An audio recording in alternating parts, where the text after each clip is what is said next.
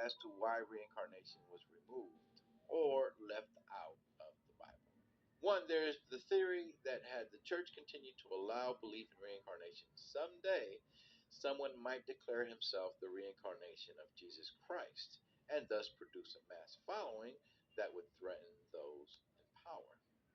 Two, the slaves of Emperor Justinian were committing suicide in such large numbers that is something declared as fact in history. And many may have believed in reincarnation, thereby believing that they can get themselves out of their current horrible situation and begin a better one in a new life. Of course, we know from Allan Kardec's Spiritist doctrine that suicide couldn't have helped and would likely make things worse. But let's continue. Justinian then may have decided that by stopping his slaves' belief in reincarnation, the suicides would be much less. 3.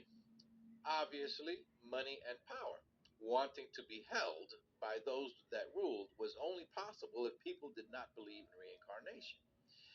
The church wanted all to believe that the only way to salvation was by their teachings, which included their version of the teachings of Christ, and by scaring everyone to death by having them believe that anyone who does not follow their teachings will be condemned to the burning fires of hell for all eternity. Anyway, the reason I discussed calendars earlier and the birth of Christ is to Kardec USA channel, where we discuss the doctrine of Spiritism as codified in his writings by Allan Kardec and how God's plan of reincarnation plays a role in our lives. My name is Cecil. Today we will continue with the fourth topic of the reincarnation series of videos I am doing.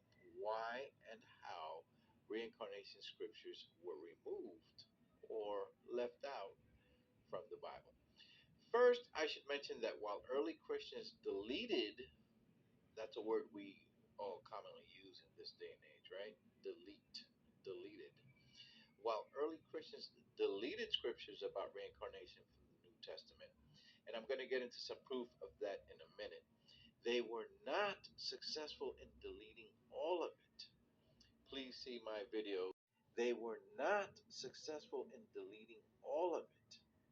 Please see my videos where I did 3 parts on what I consider a huge number of scriptures in the Bible that does speak of reincarnation.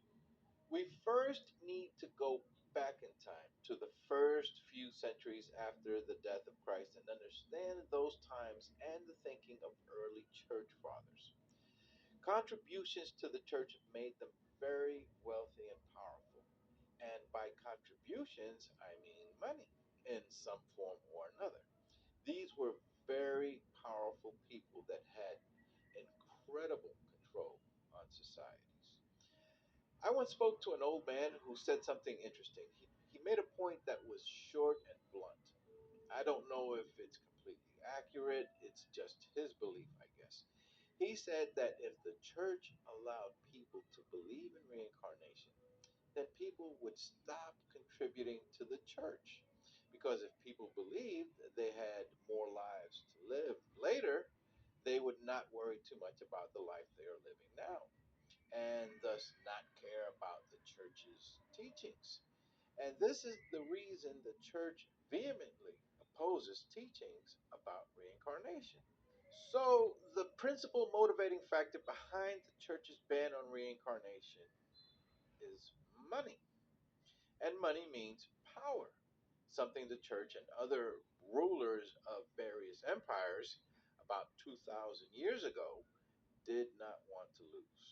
This topic about references or scriptures being removed from the Bible is extremely complicated, but I'm going to try to make it as simple as possible.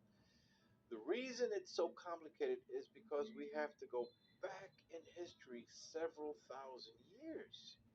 Think about it. We are at this moment in the year 2022.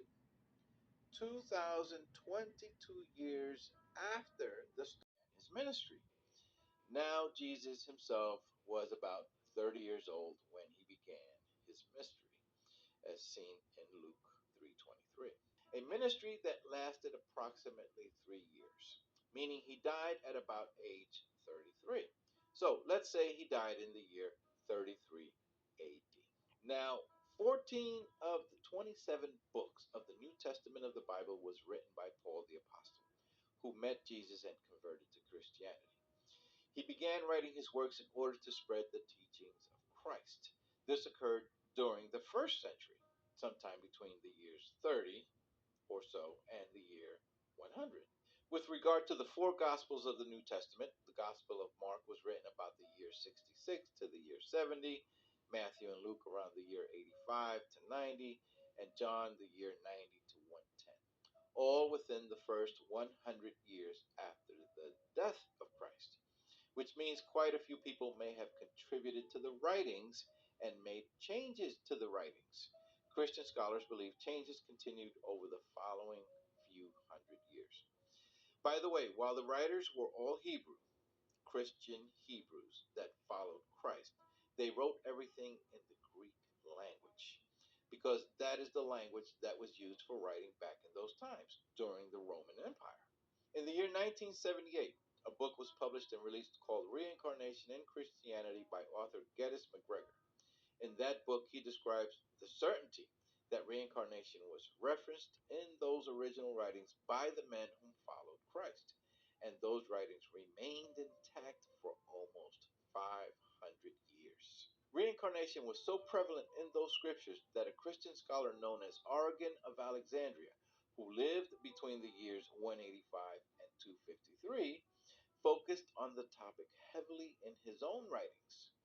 The church burned and destroyed most of those writings. The capital of the Roman Empire